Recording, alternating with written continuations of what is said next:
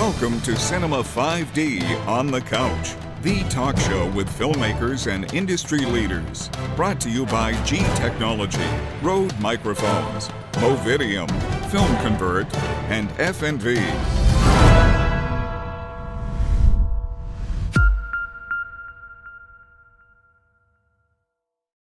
Let's move on to a different topic, camera stabilization. It's been the buzzword for the last 1.5 years with all the gimbals coming out, but there's more happening than that. Emmanuel, you're involved with a new technology called StatXP. Yes. You'd like to explain what that is? So this is the first prototype, and I have a mock-up here of what it's supposed to look like.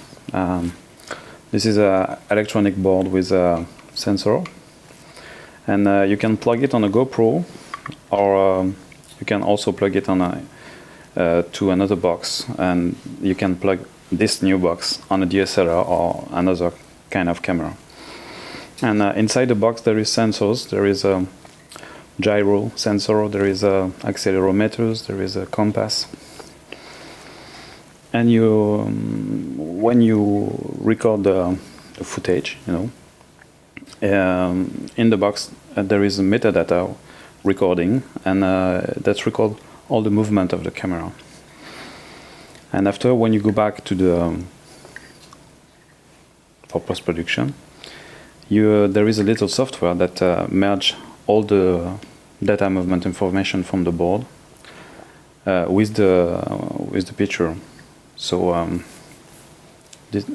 after that, there is a software, and the software do some kind of compensation about the movement, and it's a very, very powerful algorithm, and it's not only a crop into the picture.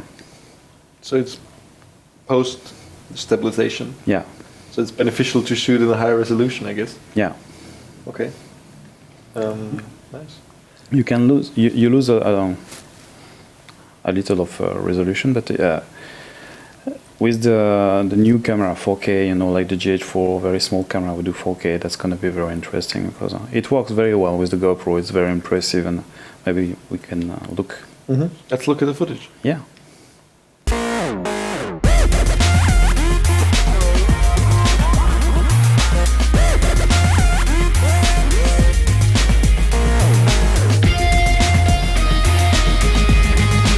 Wow, that's impressive. How does it actually manage to stabilize GoPro footage? Because, I mean, we all have, if you use a GoPro on a drone without a gimbal, or on anything without a gimbal, it's almost unusable. I just recently shot a commercial where we had one scene where I had to jump into the water because it's a point of view perspective. And I used the A7S for all of the shots, and I was just hesitant to put my A7S into the aquamarine housing and actually jump into water with it. So I tried it with a GoPro. It looked terrible because everything is shaking as hell. So I had to do it. But with this one, this looks like it's really managing to get rid of the rolling shutter somehow. Yeah. The first job of the algorithm inside the software is to do some correction with the rolling shutter. And Adrien Farougia, who is the engineer of this new technology, he works a long time focused on the rolling shutter, and so there is that's the first step, rolling shutter correction, and also all the distortion of the lens. When you first use this system, you have to calibrate the lens you use with a kind of shot. Just have to record the shots before calibrating the software, and after that everything is automatic in the software, but you can adjust some different things in settings on the software, but it's very easy to use. Nice. Dan, you also looked at this. What do you think? Yeah, I mean, what's interesting is that it's much more than a simple transformation. It's not just like warp stabilizer or one of those software stabilization things that we're used to. This is doing some incredibly intelligent, essentially 3D reconstruction of elements of a frame. It's very close to some of the CG work that you might see. It's just doing it based on data collected in the real world, the combination of the video image and then the positioning data. How well it would actually work if there's very, very violent movement, I don't know. I haven't seen. I'm curious to see how good that can be. But for me, I think that the interesting thing is it clearly works well where you have a reasonably smooth shot. And so, I would like to see how it would work on as a supplementary device to existing motion devices. So can you take a Movi, can you take a Steadicam, can you take, a reasonably smooth, a good example might be actually in a guerrilla situation, you're doing a tracking shot, a dolly shot, somebody's pushing you on a chair with wheels. It's kind of quite smooth, but it's not perfect, better than walking. Can you then improve it by adding this technology on top of it just to take the kinks out? So you're generally right, but this will make it look like you shot it on something much better than you did. So I think for filmmakers, that's more of the opportunity actually than just, I'm just going to run down. I don't imagine that all feature films in the future will just be shot with an iPhone like this or GoPro like that, and you just stabilize it. I mean, yeah, you could, but what's the point? It's not going to get you that perfect shot. But I can see how this is really useful, and I'm desperately keen to try it in the real world. I hope they pay, or you patented it. It sounds like something that a lot of people would like to be able to do technologically. So this box will be attachable to anything, right? Yeah, the first box is for the GoPro, but all the electronic is in the same box. Whatever you got, a GoPro or DSLR, you just have to buy an adapter to plug the box on DSLR. But it's the same electronic and the same hardware. So what's the plan? How getting this to the market? We are waiting for feedback now. There is a lot of people who see the first video on Vimeo, and we have a lot of questions. So right now the plan is to launch a crowdfunding campaign, but there is maybe some other manufacturers who are interested to work with us. So we have to wait and to see what is the better opportunity for the product. But we are ready to, all the industrial part of the manufacturer is okay. There is a factory in France who can manage to the building of the housing. The housing, and all the electronic will work with very, very high-end, high-level company who do all the board, And if we got the money very fast, we are able to launch the product within 6 or 8 months. So what are you aiming at with the Kickstarter campaign? I don't know. I'm not sure to doing a Kickstarter because I thought it was announced that it's it's not. It's a crowdfunding, but it's not sure it's gonna be on Kickstarter. Because we are French, and that's it's a bit difficult when you are not from North America to. You're actually not allowed. Yeah. Only in England. Yeah. So, but I know if we use a French Kickstarter. Crowdfunding, company. That's going to be maybe something not very good for the American market. So we are thinking about it. Mm-hmm. Yeah. And, keep us updated on this. I mean, I think we all quite that's curious. going to be very cheap. Maybe that's how GoPro did all their videos, because I keep wondering, if you look at GoPro demo footage, it's all so stable, and they never show you that they used a gimbal or anything. It's pretty scary actually when you think about the whole concept.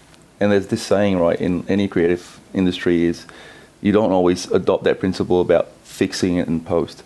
But again, when you look at this sort of thing, where you're using very complex algorithms that essentially fix it. When I was looking at that footage, the comparison, there's like rolling shutter, there's like motion blur, there's all these things that you have to contend with. And now you've got a software program that fixes all those things in post and corrects them and makes them look amazing. So I have to say that if I have a crystal ball, I predict that in the future we will all be fixing practically everything in post, because actually the whole world would be post. Yeah. From the moment you press the button, the whole thing has entered the electronic digital world, and it's all going to be manipulated. Yeah. To the Imagine point the Litro camera combined with this. Yeah, if you look at all the technologies out there and you could combine them into the one box, you could pretty much do everything in post. I mean, it's quite scary. But where you would use this sort of technology is what Dan probably said, which you're right, is it's not necessarily about actually fixing something really bad, but augmenting something that's already good in post, you know. So For movie making, for Yeah, sure. But I mean, exactly. this is two products. There's one that is aimed at, I think, you know, Joe Schmo, who's just going to go out with his GoPro or his iPhone and just try and get something better than he's already getting, or she. And, you know, then there's the professional movie makers who can gain in another way from using this. And I think, you know, I mean, to me, this almost sounds like something that, you know, Apple would produce, you know, like that magic button in iMovie at the end, with that extra, I don't know, Apple Watch on top of the camera that has this thing built in. So I don't think it's think very far away. The product is not only focused on the mass market because we want to do some very professional things, but with the GoPro, it's a mass market, you know. So the little board is going to be, I hope, under 300 euros, and with the complete system for the DSLR, that's going to be under 400. And so that's going to be very affordable for a large audience. But I think this the data we produce on the board, it will be also interesting for, you know, 3D compositing for motion tracking, and there is also a secret ID, you know, on the roadmap for the future. It's, I mean, gimbals in general completely took over the last year, at least. I mean, it didn't take over, but they took over the trade shows at least, and they're creeping into every other production, I would say. We just heard Freefly slash their prices quite significantly. So the Movi M10 that really started that whole gimbal hype now costs $8,000 instead of $15,000. So what do you guys think about that? I think it's inevitable. You know, this technology isn't. It's not mature for one, so you're seeing constant evolution and improvement, and also multiple manufacturers competing. So price is just going to get driven down and down, much in the same way as we've seen with sort of super 35mm cinema cameras. You know, once upon a time, an f/65 or an f/35 was the way to go, or a Red 1, and then the prices just came down, and you end up with, you know, Blackmagic 4K production cameras and FS7s, and, you know, it's logical that price comes down. Or A7S, for instance, you know, really very affordable. I'm actually more interested in where this sort of thing takes us, the software side of it or the firmware side of it.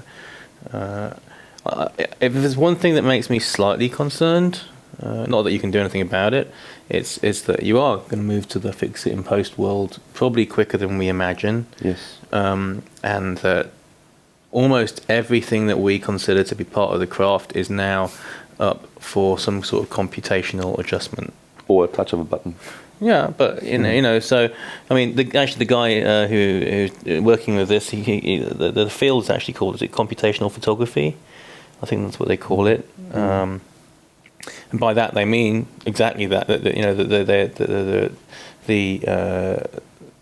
cinematography is not just some form of real. Some elements of it are completely derived by a computer, and in this case, it's augmenting a real image. But it's essentially taking the technology that you see on these big sort of CG movies, and applying that same technology and warping it into real world, like on set and real world shooting. And in some ways, it's a little scary, because where does it stop?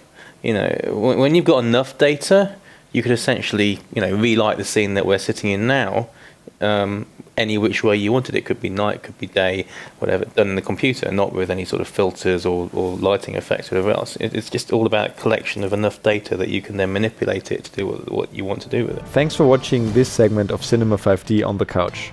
If you want to see more from our guests, Clinton Harn, Emmanuel Pampuri and Dan Chung, please do tune in for the next show.